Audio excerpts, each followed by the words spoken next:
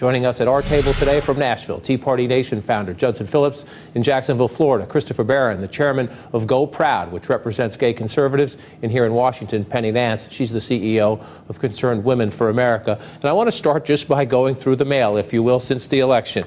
Mr. Barron, you wrote this letter shortly after the election saying this election was not a mandate for the Republican Party, nor was it a mandate to act on any social issue, nor should it be interpreted as a political blank check. You went on to write, we urge you to stay focused on the issues that got you and your colleagues elected and to resist the urge to run down any social issue rabbit holes in order to appease the special interests.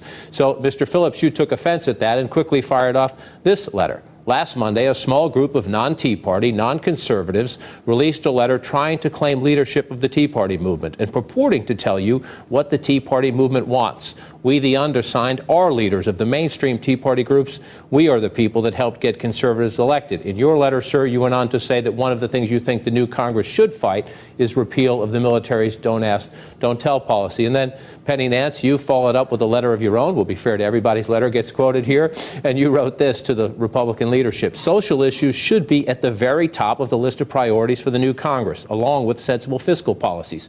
Americans voted overwhelmingly for both social and fiscal conservatives, and it would be unwise to throw social policies to the wayside and snub the voters who sent a strong message to the new Congress that they want both pro-life and fiscally conservative policies.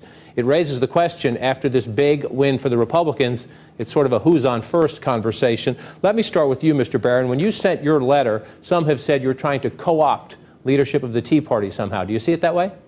No. First off, I think it's insulting for anybody to write a letter claiming that the folks who signed our letter, grassroots Tea Party leaders and organizations from all over the country, are somehow not part of the Tea Party. What brought enthusiasm to the conservative movement and allowed us to win in November was a laser focus on the size of government. We need limited government conservatives. We need to return power to the people, to the states, and take it away from the federal government.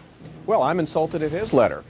Go Proud is not now, nor has it ever been a part of the Tea Party movement.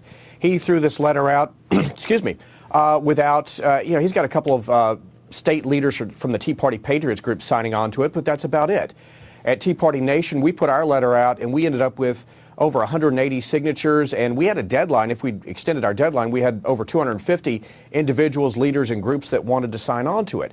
And the coalition that won this election, that won the elections for Ronald Reagan and other conservatives, are both social and fiscal. And basically what he's saying is, well, let's throw half this coalition under the bus. Is one of the challenges here, and Penny Nance, Concerned Women for America has been around since before the Tea Party movement, but as the coalition grows, and the Democrats just went through this, you see the president now having moderate Democrats think he needs to move to the middle, liberal Democrats think he abandoned them in some way. As the Republicans get bigger, you think first and foremost, sure, social issues were not front and center in most campaigns. Most campaigns were about spending, about the health care bill, about the state of the economy, about debt. But you think the Republican leadership would be making a mistake if it didn't come out of the box, act on abortion, same-sex marriage, don't ask, don't tell? Well, I mean, the proof's in the pudding. We got the vast majority of the people elected, the new people elected, are pro-life. And I would also say the Tea Party statistics are clear.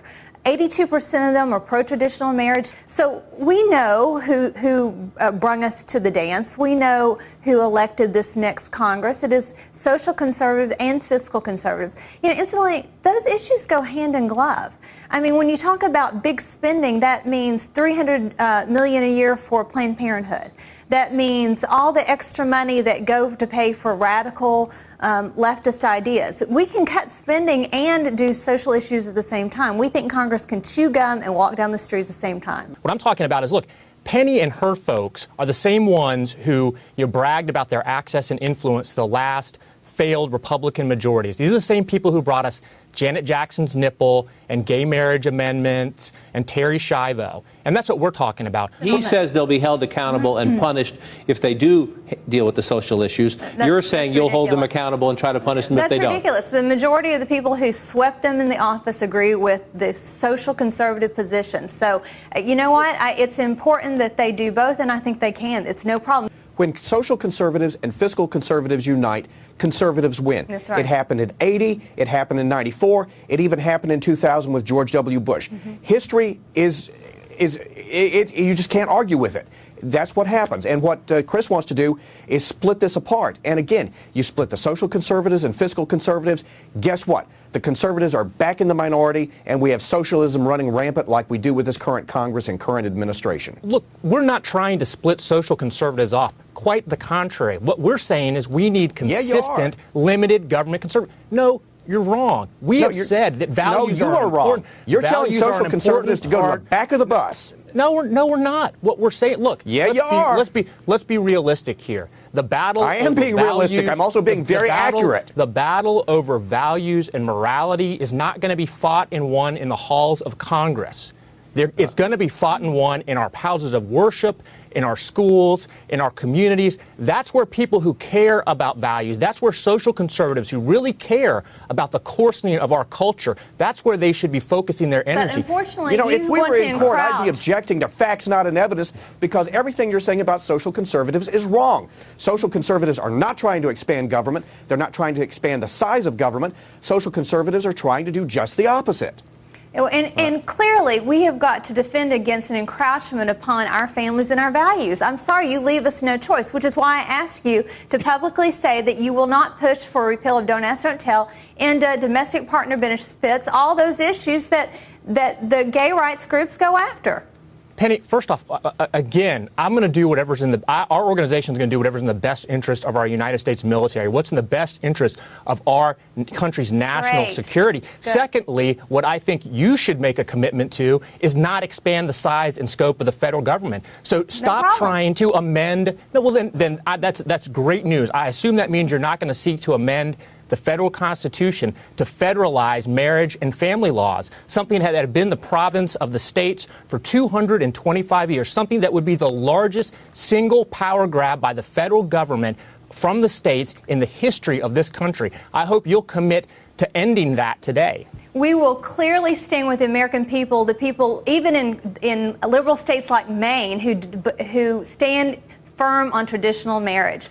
You're the encroacher, not us. I'm going to call it timeout here, but as you can see, we have a feisty bit of a family feud here, and I'll invite all three of you back. Let's continue the conversation as the Congress comes back into Washington, as we see how the agenda goes forward, not only here in Washington, but out in the states as well, where Republicans made big gains. I appreciate all of your time. Christopher Barron, Judson Phillips, Penny Nance, thanks for coming in today.